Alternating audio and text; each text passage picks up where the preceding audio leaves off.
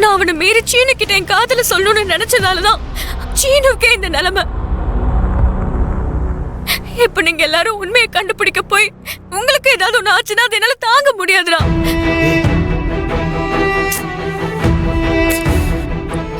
வேண்டாம், எதுவுமே பண்ண வேண்டாம். அவ்வளவு உங்களுக்கு இத பத்தி தெரியுங்கிறது கூட யார்கிட்ட சொல்ல வேண்டாம், புரியுதா? அது உங்களுக்கு நல்லது இல்லடா. ஏய் லூசா, நீ நாங்கன்னு பிரிச்சு பேசிட்டு இருக்க. எங்களுக்கு எதுவும் ஆகக்கூடாது நீ நினைக்கிறது அதுக்கு பேரு பாசம். அதே நாங்க நினைச்சா அதுக்கு பேர் கோவமா? அதானே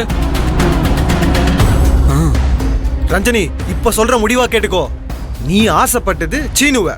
அவனை தவிர நீ யாரையும் கல்யாணம் பண்ணிக்க நாங்க விட மாட்டோம். இதனால எங்களுக்கு என்ன ஆனாலும் சரி விட மாட்டோம்.